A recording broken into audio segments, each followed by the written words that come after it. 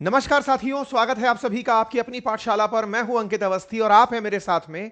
दुनिया के अंदर जो इस समय उठापटक चल रही है उसमें एक सबसे बड़ी उठापटक में ईरान की चर्चा करने के लिए कुछ तो ऐसा हो रहा है जिसके चलते आज से हम कई दिन पहले से ईरान को लेकर के सुर्खियां कवर कर रहे हैं। ईरान से पहले अचानक भले ही वेनेजुएला हो गया हो, लेकिन इस बार जो ईरान में हो रहा है वो साधारण नहीं है। ईरान में इस समय हेडलाइंस बाहर नहीं आ पा रही हैं क्योंकि इंटरनेट पूरी तरह बंद है। एलॉन मस्क ने जो स्टारलिंक बंटवा दिए थे, अब उनको भी जाम कर दिया गया है। सुर्खियां निकल रही हैं कि ईरान की खमेनेई सरकार ने विरोध करने वाले लगभग 12,000 लोगों को गोलियां मरवा दी हैं। ऐसे ऐसे वीडियोस बाहर निकल कर आ रहे हैं जिन्हें देखकर लगता है कि प्रदर्शनकारियों को देखते ही शूट एट साइट का ऑर्डर दे दिया गया है। लेकिन उसके बावजूद भी जो इंटरनेट से प्राप्त सूचना है उस पर दुनिया की प्रतिक्रियाएं हैं, और प्रतिक्रियाओं में अमेरिका, फ्रांस, यूरोपियन यूनियन, सब तरफ से प्रतिक्रियाएं कि अमेरिका नजर बनाए हुए है, एडवाइजरी जारी कर चुका है, जितने भी अमेरिकी हैं ईरान से बाहर निकल लें। इसका क्या मतलब यह निकाला जाए कि अमेरिका ईरान पर कोई बड़ा हमला करने वाला है। हेडलाइन बनती है, US warn Americans leave Iran now. ये जब भी सेंटेंस बोला जाता है दुनिया में, इतिहास में गवाह है कि अमेरिका ने अगर अफगानिस्तान में बोला तो फिर हमला होने वाला था। जब जब ये लाइन वो बोलता है, यूक्रेन में बोला हमला हुआ था, पहलगाम से पहले जम्मू कश्मीर में, ऑपरेशन सिंदूर से पहले जम्मू कश्मीर में बोला हमला होने वाला है। इनकी जांच एजेंसीज, इनकी खुफिया एजेंसीज पहले से ही पुख्ता जानकारी इस बात की रखती हैं कि कुछ होने वाला है, सबसे पहले अपने लोगों को निकाल लो। हजारों की संख्या में जो किलिंग हो रही हैं, जो मीडिया के माध्यम से पता चल रही है, क्योंकि ऑफिशियल मीडिया ऐसी कोई भी खबर बाहर नहीं निकाल रहा है। ईरान की सरकार ने इंटरनेट पूरी तरह ब्लॉक कर दिया है।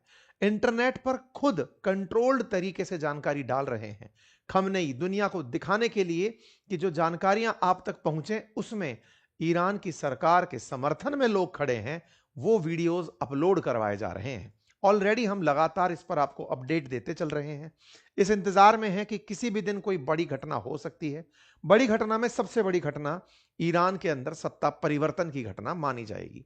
ईरान में सत्ता परिवर्तन की घटना को और जल्द लाने के लिए ट्रंप ने इसी बीच में ईरान के साथ व्यापार करने वाले देशों पर अब 25% टैरिफ की घोषणा कर दी है। मतलब यह है कि ईरान से अगर आप व्यापार कर रहे हैं और आप अमेरिका को माल बेचना चाहते हैं तो आपको 25% अतिरिक्त टैरिफ देना होगा। भले ही आपका $1 बिलियन का ईरान से व्यापार होता हो और अमेरिका से $100 बिलियन का, अमेरिका आपसे 25% टैरिफ वसूलेगा। सीधा सा अर्थ है, यह संदेश उन देशों के लिए है, भारत और चीन जैसे देश जो ईरान से व्यापार करते हैं, अगर ये व्यापार करते रहे तो इन्हें अमेरिका में 75% टैरिफ भारत को देना पड़ेगा। ये मैक्सिमम प्रेशर की टेक्निक, और इसके बावजूद दुनिया का कोई देश अमेरिका के खिलाफ कोई प्रतिक्रिया नहीं दे पा रहा है। यही दुनिया में उत्पन्न हुआ हाल ही के समय का सबसे बड़ा संकट है। विचारणीय होगा कि दुनिया भर के लीडर्स बातचीत में तो हैं, लेकिन यह तय है कि उन्हें एक दूसरे की मदद करने की कोई आजादी नहीं है। संप्रभु राष्ट्र अब संप्रभुता के नाम पर केवल अमेरिका की कही हुई बातें ही फॉलो करके अपने आप को संप्रभु मान रहे हैं। भारत ईरान का लंबा समय से पार्टनर राष्ट्र रहा है, मित्रताएं रही हैं, व्यापार रहा है, भारत के चाबहार जैसे पोर्ट रहे हैं। हमारे लिए मिडिल ईस्ट में एंट्री का, पाकिस्तान को बाईपास करने का बड़ा रास्ता ईरान रहा है। लेकिन हाल ही के समय में जो अमेरिका के द्वारा प्रेशर टेक्टिक्स अपनाई गई, टैरिफ की जो जो धमकियां दी गई, उनके चलते व्यापार लगातार हाशिए पर चला जा रहा है। खैर, फिलहाल के लिए ईरान के अंदर सरकारें अपने समर्थन में और विरोधी सरकार के विरोध में प्रदर्शन कर रहे हैं। एक फुटेज है, अब देखिए, जो भी तस्वीरें हम आपको दिखाएंगे उसके बारे में फैक्ट चेक हम नहीं कर पाएंगे। क्यों नहीं? क्योंकि कोई ऑफिशियल डॉक्यूमेंट नहीं है। नैरेटिव वॉर भी हो सकता है, फेक मीडिया भी हो सकता है, लेकिन जितना वर्ल्ड के अंदर मैक्सिमम रीच और मैक्सिमम शेयर्स के साथ बड़े बड़े मीडिया हैंडल्स के द्वारा जो वीडियोस हैंडल किए गए, शेयर किए गए, वो हम आपको दिखा रहे हैं। समटाइम्स ऐसा होता है कुछ फेक वीडियोस भी डॉक्टर्ड वीडियोस भी होते हैं, पुराने वीडियोस भी होते हैं जो ऐसे समय पर शेयर होते हैं। हम अपनी पूरी जिम्मेदारी के साथ आपसे यह कहना चाहेंगे कि हमारा कोई मीडिया चैनल या मेरा कोई रिपोर्टर वहां नहीं खड़ा है जो वहां से मुझे फुटेज भेज रहा है। और तो और ईरान के पास से निकल के जो भी फोटोज आ रही हैं वो कोई भी पत्रकार अब भेज नहीं पाता, वो वहीं के ही लोग हैं। अगर इंटरनेट चालू है तो बाहर भेज देते हैं, ठीक है। इसी के चलते no internet, no call, no light, but we saw you Iran, ऐसी हेडलाइंस फिलहाल पब्लिक में चल रही हैं कि ईरान में जो हो रहा है उस पर सब नजर बनाए हुए हैं। हेडलाइंस में तस्वीरें हैं, कुछ इस तरह से तस्वीरें दिखाई जा रही हैं। एक तस्वीर जो लोगों को बड़ा परेशान कर रही है वो है लिपटे हुए, कफन में लिपटे हुए ये लाशें। कहा जा रहा है कि इन लाशों ने दुनिया को झकझोर दिया है। प्रदर्शनकारियों को ईरान में जिस तरह से मारा जा रहा है, दावा है कि 12,000 से ज्यादा प्रदर्शनकारियों को पिछले 17 दिनों के अंदर गोली मार दी गई है। और यह काम करने के लिए वहां की जो आईआरजी फोर्सेस हैं उनके द्वारा यह काम किया जा रहा है। जानकारी है कि यहां पर प्रॉपर तरीके से 30 साल से जो कम के लोग हैं उन्हें टारगेट किया जा रहा है। रिवोल्यूशनरी गार्ड और बसीज फोर्सेस इस तरह से हत्या कर रही हैं। सुप्रीम लीडर अली खमनेई के आदेश पर लगातार यह चल रहा है और पिछले 8 और 9 जनवरी को सबसे ज्यादा ऐसी हत्याएं हुई जब सरकार ने इंटरनेट और कम्युनिकेशन को पूरी तरह काट दिया था, जिसके चलते यूएन चीफ एंटोनियो गुटेरेस की तरफ से इस पर अपना रिएक्शन आया। इमानुएल मैक्रोन ने इसकी भत्सना की, उर्सुला वॉन डेन ने इसकी भत्सना की। दुनिया भर में फिलहाल इस बात की निंदा हो रही है, विरोध हो रहा है कि ईरान में प्रदर्शनकारियों को मारा जा रहा है। हेडलाइंस बनती हैं 12,000 किलिंग। अब यह नंबर अगेन, चूंकि कोई सोर्स किसी के पास नहीं है, किसी के मनगढ़ंत नंबर भी हो सकते हैं, बहुत सी जगह पर इसे 500-700 ही बताया जा रहा है, लेकिन ये जो 12,000 का नंबर है ये अब वेबसाइट्स पर और लोगों के बीच में चर्चा पर आ गया है। तस्वीरें आती हैं जिसमें रेवोल्यूशनरी गार्ड्स के लोग इस तरह से प्रदर्शनकारियों को ढूंढ ढूंढ कर मार रहे हैं। तस्वीरें हैं जहां भी कोई छुपा है उसे आतंकियों की तरह ढूंढ कर मारा जा रहा है। एक वीडियो बहुत तेज सरफेस हो रहा है जिसमें प्रदर्शनकारी पत्थर फेंक करके पुलिस पर भागते हुए दिख रहे हैं। पीछे से पुलिस आती है, प्रदर्शनकारियों को देखते ही गोली मारती है। यहां पर शूट करते हुए लोग आपको दिखाई पड़ सकते हैं। ईरान में प्रदर्शन के नाम पर शूटिंग, हंटिंग चल रही है, जैसे कि कोई चोर डकैती करके भाग रहा हो, उन्हें टारगेट किया जा रहा है। कुल मिलाकर के ईरान के हालात बद से बदतर हो रहे हैं। इंटरनेट की पाबंदी पर अमेरिका के स्टारलिंक ने बहुत लंबे समय तक वहां पर इलॉन मस्क के द्वारा जो वेबसाइट डिवाइस दी गई थी उनके थ्रू लोगों ने इंटरनेट यूज किया, लेकिन ईरान ने अब अपने सैटेलाइट्स भी जैम कर दिए हैं ताकि सैटेलाइट के थ्रू हो रही जो भी इंटरनेट पेनिट्रेशन है उसे रोक दिया गया है। ऐसे में कोई खबर बाहर नहीं आ रही है, इंटरनेट बंद है, पूरी तरह से जैम करके ईरान बैठा हुआ है। लेकिन इसके उलट ईरान के समर्थन में, खमनेई के समर्थन में लोग प्रदर्शन कर रहे हैं। ईरान की सरकार के द्वारा इन्हें दुनिया के द्वारा इसे ईरान प्रायोजित बताया जा रहा है। कहा जा रहा है कि जनता प्रो गवर्नमेंट भी लाखों की संख्या में है। बड़ी संख्या में प्रदर्शनकारियों को सरकार पर दिखाया गया है, सड़कों पर दिखाया गया है। ईरान ने ऐसी प्रो गवर्नमेंट रैलियों का आयोजन किया ताकि प्रोटेस्ट नहीं हो रहे हैं यह दिखाया जा सके। जनता को सड़कों पर दिखाकर खमनेई ने दुनिया के सामने अपना शक्ति प्रदर्शन किया, बताया कि प्रदर्शनकारी जो दिख रहे हैं वो विरोध प्रदर्शनकारी दुनिया के द्वारा उकसाए गए हैं, अमेरिका द्वारा उकसाए हुए हैं, सरकार पलटने के लिए हैं। लेकिन ईरान में ऑलरेडी खमनेई के समर्थन में लोग हैं और वो सरकार चाहते हैं। लेकिन क्या ट्रंप वाकई में ईरान को सरवाइव करने देंगे? उसका एक नमूना मिलता है जब ये 25% टैरिफ ईरान पर अनाउंस कर देते हैं।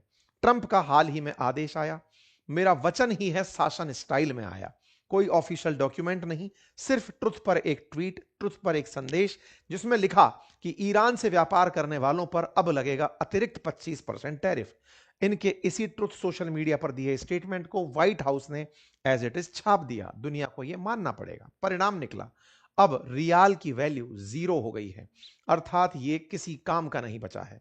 ईरान की करेंसी बुरी तरह डिवैल्यूएट हुई है, यानी कि दुनिया में इससे ज्यादा कोई और करेंसी नहीं गिरी होगी। इतने बुरे हाल ईरान की करेंसी के हो गए हैं।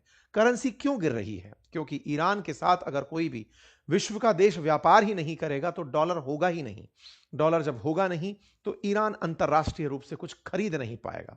पूरी तरह आइसोलेट करने की अमेरिकी इस नीति में, जहां रूस के साथ तेल खरीदना प्रतिबंधित किया गया था, अब ईरान के साथ तेल खरीदना अमेरिका ने इंपोज कर दिया है। और इसी इंपोज के चलते लगातार ईरान श्रिंक होता जा रहा है और जनता इसी महंगाई के चलते विरोध करने सड़कों पर आ रही है। इसी से सवाल बनता है कि अगर ऐसा होता है तो यह टैरिफ किसे सबसे ज्यादा नुकसान पहुंचाएगा। तो साथियों, ईरान के साथ सबसे ज्यादा व्यापार चाइना करता है, इंडिया करता है, टर्की करता है, जर्मनी करता है। ये देश जो ईरान के साथ व्यापार करते हैं अब ये व्यापार नहीं कर पाएंगे। डेटा है कि ईरान दुनिया के अंदर ओपेक कंट्रियों में शामिल है, तेल बेचना इसका मेन काम है। चाइना को 30 से 32 बिलियन डॉलर का हर साल तेल बेचता है, यूएई को 18.6 बिलियन डॉलर का, इंडिया को 13.1 बिलियन डॉलर का एक्सपोर्ट करता रहा है। लेकिन अब ये 2022 के आसपास के आंकड़े हैं और अब क्या हो रहा है, अब चाइना के साथ इसका व्यापार लगभग 80% है। ईरान का टोटल जो एक्सपोर्ट है वो चाइना को लगभग 80% है। ऐसे में चाइना पर अब 20-25% अतिरिक्त टैरिफ लगाकर चाइना को प्रेशराइज कर दिया गया है, क्योंकि चाइना अमेरिका को जब सामान बेचेगा तो अमेरिका चाइना पर 25% अतिरिक्त टैरिफ वसूलेगा। बात जहां तक भारत की हो, भारत के साथ लगभग 1.5 से 2 बिलियन डॉलर का व्यापार है, जिसमें भारत ईरान को अपनी तरफ से बासमती राइस, खाने पीने की सब्जियां टाइप की जो चीजें हैं, ऑर्गेनिक प्रोडक्ट्स जो हैं वो भेजता है, बदले में बहुत कम मात्रा में तेल मंगाता है। लेकिन अब इसे भी रोकना पड़ेगा। यही हाल अब टर्की का है, Germany, south Korea, UAE, Japan का है। ये सारे देश जो ईरान से छुटपुट भी व्यापार करते थे अब उसे पूरी तरह से टैरिफ से लाद दिया जाएगा। इतनी सी खबर ने कितना बड़ा असर डाला इसका अंदाजा लगाइए, क्योंकि चाइना बड़ी मात्रा में ईरान से तेल खरीद रहा था। अगर उस पर टैरिफ लगा तो वो धीरे से ईरान से तेल खरीदना रोकेगा। जब वो रोकेगा, अमेरिका ऑलरेडी रूस से तेल खरीदना, ईरान से तेल खरीदवाना बंद करवा चुका है। ऐसे में दुनिया भर के ये देश जैसे भारत और चाइना जैसे देश अब और जगह जहां उपलब्ध है ऑयल वहां से खरीदने निकलेंगे। डिमांड बढ़ने लगेगी, सप्लाई रेस्ट्रिक्टेड है, महंगाई बढ़ने लगेगी। आज का अपडेट है, क्रूड की कीमतों में 1.7% का इजाफा हो गया है। मेरे प्यारे साथियों, बहुत बार दुनिया के देश में मैं कई बार कुछ कहीं ना कहीं किसी डिबेट में होता हूं, कहीं न्यूज़ डिबेट में होता हूं, उनके अंदर एक बहुत ही बड़ा कन्वर्सेशन चल रहा होता है कि दुनिया के देश संप्रभु हैं, हम संप्रभु हैं, हम इतने तेजी से आगे बढ़ रहे हैं, हमें ये समझना होगा। साथियों, ये सारी बातों से परे ये बात है कि अमेरिका जो चाह रहा है वो दुनिया को मजबूर कर दे रहा है। ये जो नव उपनिवेशवाद का तरीका, ट्रेड के आधार पर दुनिया को अपने इशारे पर नचाने का तरीका ट्रंप ने या अमेरिका ने अपनाया है, इसका तोड़ फिलहाल दिख नहीं रहा है। यह तोड़ के रूप में एक रिटेलिएटरी एक्शन हो सकता है इफ चाइना इसे अफोर्ड कर पाए, और वो ये कि चाइना अपने एक्सपोर्ट्स रोक दे। जैसे अमेरिका टैरिफ के नाम पर इंपोर्ट्स पर टैरिफ वसूलता चला गया, दुनिया के लिए सप्लाई सिस्टम बने हुए देश, चाइना जैसे देश, भारत जैसे देश जो एक्सपोर्ट्स करते हैं, एक्सपोर्ट आधारित कंट्री हैं, वो अपने एक्सपोर्ट रख करके अगर महीने भर के लिए भी बैठ जाएं तो अमेरिका घुटनों के बल आ जाएगा, क्योंकि अल्टीमेटली उसके पास सप्लाई देने के लिए नहीं होगा। दुनिया को अब अमेरिका को अगर सबक सिखाना है, ब्रिक्स की जरूरत नहीं है, एक्सपोर्टर कंट्रीज को एक करने की जरूरत है। जो टैरिफ से पीड़ित हुए उन्हें एक होने की जरूरत है। उनमें खुद ये क्वेश्चन पैदा करना होगा कि वो माल नहीं बेचेंगे। अगर वो इतना करने का और उस माल को अपने यहां डंप करने का साहस रख पाए, तब तो अमेरिका को सबक सिखाया जा सकता है। अदरवाइज जो अमेरिका कहेगा वो माना जाएगा। फिलहाल के लिए दुनिया में तेल की कीमतें बढ़ चुकी हैं। हालांकि इसके पीछे मायने कुछ और भी हो सकते हैं। अमेरिका चाहता हो कि वेनेजुएला से तेल खरीदो, मैं वहां से निकाल रहा हूं। अमेरिका ने पूरी तरह ईरान की करेंसी को कोलैप्स की स्थिति पर पहुंचा दिया है। हाइपर इन्फ्लेशन, ताकि जनता और उग्र होकर सरकार के खिलाफ हो। एक्सपोर्ट पूरी तरह प्रतिबंधित, जनता घुट जाए कि हमें ईरान की वर्तमान सत्ता हटानी होगी। अगर हम ये हटाने में कामयाब हुए तभी दुनिया से हम व्यापार कर पाएंगे और सरवाइव कर पाएंगे। ट्रंप लगातार इस प्रेशर को यहां पर बढ़ाए जा रहे हैं। हालांकि चाइना ने इस तरीके का विरोध किया है, लेकिन अगेन उस अपोज का कोई मीनिंग नहीं रहता, क्योंकि 25% ट्रंप ने मेरा वचन है शासन की तरह लगा दिए हैं। ये वही तरीका है जैसे रशिया पर इन्होंने जब लगाए थे। रशिया से व्यापार करने पर भारत पर टैरिफ लगे थे, भारत को 50% टैरिफ देने की घोषणा हुई थी। ईरान के मेन एक्सपोर्ट्स में इंडिया 7% एक्सपोर्ट पाता है। ऐसे में भारत का व्यापार निश्चित ही बाधित होगा। भारत और ईरान के बीच में जो व्यापार है वो लगभग अभी फिलहाल 23-24 के अगर 24-25 का देखा जाए तो $1.5 बिलियन के आसपास था, जिसमें हमारे एक्सपोर्ट्स अधिक थे और उन एक्सपोर्ट्स में हम राइस एक्सपोर्ट बड़ी मात्रा में करते थे और उसके चलते हमारा राइस का एक्सपोर्ट अब प्रभावित होगा। भारत के अंदर चावल के जो निर्यातक हैं उन्हें नुकसान होगा। ऑलरेडी ट्रेड के अंदर पैसा अटक रहा था। ईरान के साथ व्यापार में पहले ही पेमेंट क्राइसिस चल रहा था। रहा सहा एक्सपोर्ट बाधित होने से भारत के किसानों को इसका नुकसान होगा। इतना ही नहीं, भारत ने चाबहार में जो मिलियंस ऑफ डॉलर का इन्वेस्टमेंट किया हुआ है वो भी कहीं ना कहीं आइसोलेट रह जाएगा। अमेरिका की चाहत है कि अमेरिका के कहने पर जैसे किया जाए वैसे किया जाए, मतलब ईरान से जब वो कहे तब व्यापार करिए, जब नहीं कहे तब मत करिए। तो भारत के निवेश चाबहार पोर्ट में अटके रह जाएंगे। कुल मिलाकर सेंट्रल एशिया तक हमारी पकड़ कमजोर रहेगी। ऐसी स्थिति में दुनिया को फिलहाल के लिए इन एडवाइजरीज पर ही फोकस करने में ज्यादा मजा आ रहा है कि चलो जो हो जाने दो। अमेरिका ने जैसे हाल ही में ईरान के लिए एडवाइजरी जारी करते हुए कहा है सिक्योरिटी अलर्ट्स जो भी अमेरिकी ईरान में है निकल लें। ऐसा कहते हुए अमेरिका ने एडवाइजरी जारी की तो यह उम्मीद की जा रही है कि अब हो सकता है कि जनता के खिलाफ या प्रदर्शनकारियों के खिलाफ ईरान सरकार जो कार्रवाई कर रही है, अमेरिका उन्हें दबाने के लिए ईरान के सैन्य ठिकानों पर खमनेई को मरवाने को लेकर कार्य कर सकता है। यूएस ने ऐसा पहले भी किया है। अगस्त 2021 की कटिंग देखें तब यूएस सिटीजन्स को काबुल जाने से रोका गया था। उस समय पर काबुल से अमेरिका बाहर निकल रहा था। बिल्कुल वैसे ही 23 जनवरी 2022 को यूक्रेन में अमेरिकियों को हिदायत दी गई थी। महीने भर के भीतर रशिया यूक्रेन वॉर शुरू हो गया था। रशिया के केस में अक्सर ऐसा रहा है, अमेरिका जब भी ट्रैवल एडवाइजरी जारी करता है, विशेष रूप से जैसे भारत के केस में भी जब पहलगाम के बाद भारत ऑपरेशन सिंदूर करने वाला था तब अमेरिका ने जम्मू कश्मीर में ट्रैवल एडवाइजरी जारी की थी कि यहां ना जाएं और उसके बाद में ऑपरेशन सिंदूर हो गया था। कुल मिलाकर अमेरिका की ट्रैवल एडवाइजरी के मायने होते हैं कि अब अमेरिकी सरकार कुछ करने आ रही है।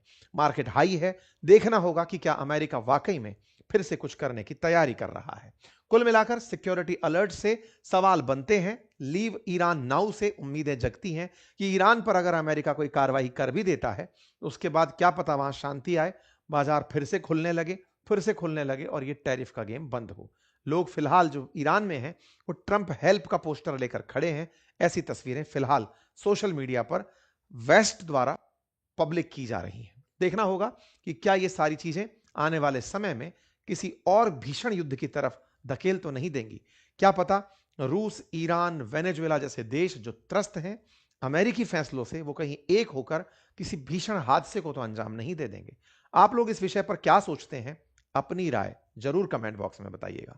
चैनल पर नए हैं तो सब्सक्राइब कीजिए, अपने साथियों के साथ इसे साझा कीजिए। हमारे एप्लीकेशंस पर हमारे कोर्सेज, हमारी किताबें उपलब्ध हैं, उन्हें अवश्य चेक करिए। धन्यवाद।